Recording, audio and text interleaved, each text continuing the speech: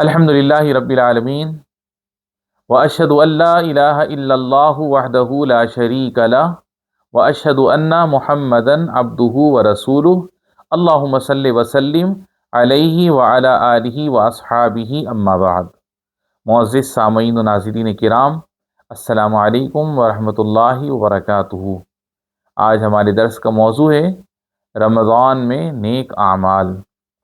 میرے روزے دار بھائیوں اور بہنوں، اللہ عز و جل نے رمضان کو اپنے بندوں کے لیے مقابلے کی جگہ بنایا ہے، جس میں نیکی کرنے میں ایک دوسرے پر سبقت کرنے کی کوشش کریں۔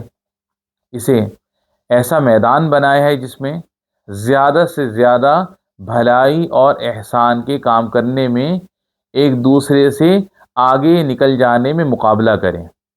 یقیناً اللہ تعالیٰ کو سب سے زیادہ محبوب عمل فرائض کی ادائیگی اور زیادہ نوافل کی بجا آوری ہے، جیسا کہ نبی کریم صلی اللہ علیہ وسلم نے حدیث قدسی میں فرمایا۔ حدیث پاک کا ترجمہ عرض کرتا ہوں میں آپ کے سامنے۔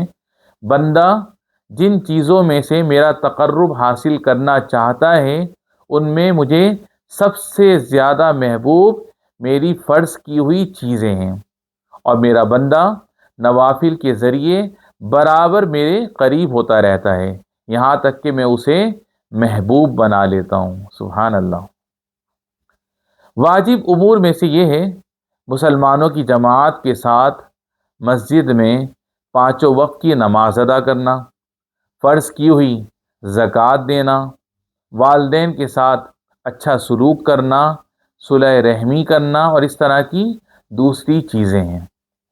اور مستحب نفلی عبادتوں میں سے یہ ہے سنن رواتب پر ہمیشگی برتنا، چاشت کی نماز، مشروع نبوی صلی اللہ علیہ وسلم اذکار کرنا وغیرہ، یعنی جو نبی کریم صلی اللہ علیہ وسلم سے اذکار مذکور ہیں ان کا ذکر کثرت سے کرنا۔ ہمارے نبی صلی اللہ علیہ وسلم ہر میدان میں اعلیٰ مثال تھے۔ حضرت عبداللہ بن عباس رضی اللہ عنہ نے ان کے بارے میں فرمایا، میں حدیث پاک کا ترجمہ عرض کرتا ہوں کہ اللہ کے رسول صلی اللہ علیہ وسلم سب سے زیادہ سخی تھے، اور عام حالتوں سے زیادہ سخی رمضان میں ہوتے تھے۔ جب جبرائیل علیہ السلام ان سے ملتے تھے، جبرائیل ان سے رمضان کی ہر رات میں ملتے تھے اور ان سے قرآن پڑھاتے یعنی دور کرتے تھے، جیسے حفاظ کرام کرتے ہیں۔ تو یقیناً اللہ کے رسول صلی اللہ علیہ وسلم عام چلائی جانے والی ہوا سے بھی زیادہ بھلائی کی سخاوت کرنے والے تھے۔ سبحان اللہ۔ اس حدیث میں رمضان میں کچھ اعمال کے مستحب ہونے کی دلیل ہے، ان میں سے سخاوت، فیاضی اور تلاوت قرآن وغیرہ۔ نبی کریم صلی اللہ علیہ وسلم نے جماعت کے ساتھ قیام اللیل کو رمضان میں مشروع قرار دیا ہے تاکہ لوگ قرآن سنیں۔ رمضان میں مستحب نیک اعمال میں سے مسکین کو کھانا کھلانا اور روزے داروں کو افطار کروانا بھی ہے۔ اللہ کے رسول صلی اللہ علیہ وسلم نے فرمایا، من فطر صائما کان له مثل اجری غیر انہ لا ينقص من اجر الصائم شیئا، یعنی جو کسی روزے دار کو افطار کروا دے تو اسے روزے دار کے اجر کے برابر ثواب ملے گا، مگر روزے دار کے اجر میں کوئی کمی نہیں ہوگی۔ سبحان اللہ۔